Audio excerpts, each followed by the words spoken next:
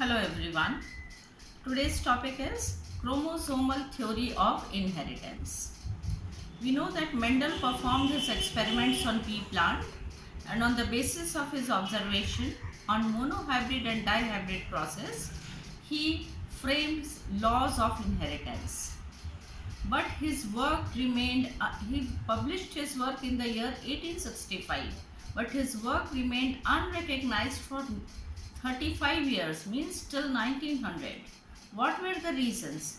First reason was, at that time communication was not easy.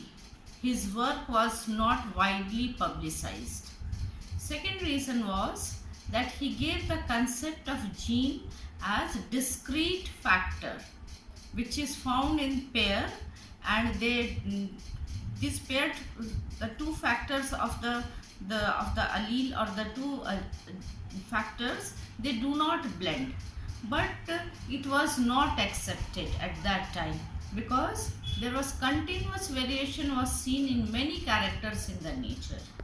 Okay, for example, height. Some plants had tall, medium, then short. But because he had done his experiment on pea, there were only two observable traits.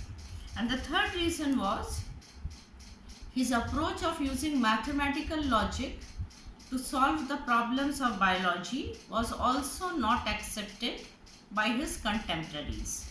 And the last reason was that though he spoke about the factor, which is now called gene, but he could not provide any physical basis of this factor.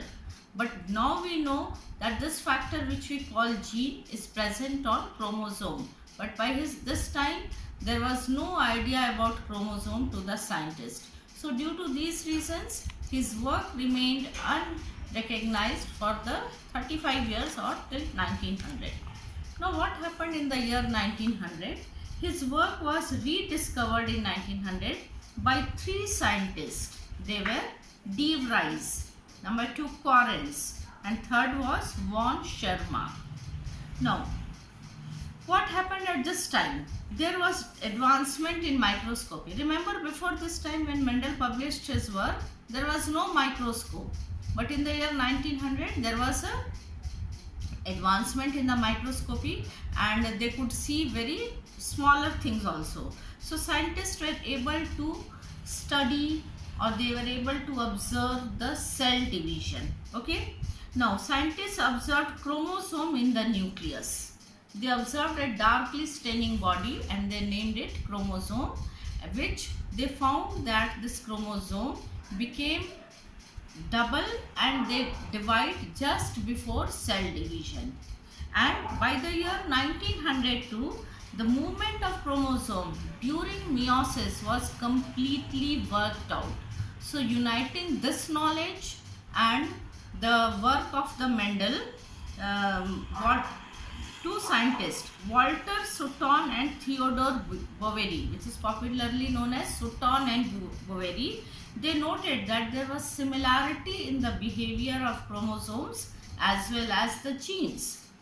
Okay, it was based on the following facts. What were the similarity between the two?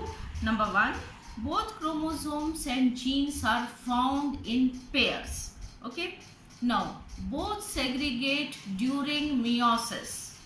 Third point, the paired condition is restored after fertilization.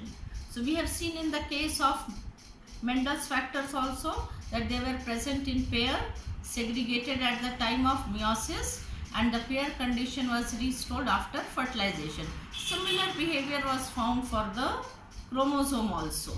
So, and also one more point, that gamete is the link between the two generations.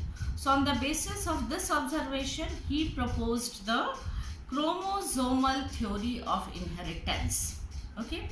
Now in this figure, I will show you how during meiosis the gametes are formed and what is the behavior of chromosomes during meiosis.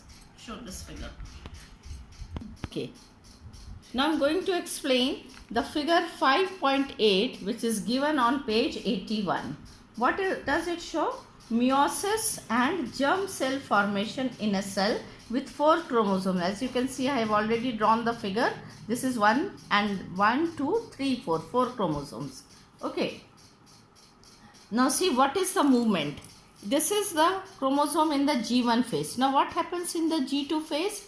The chromosomes are become double, but they still remain at this point. Okay, this point is called what? Centromere.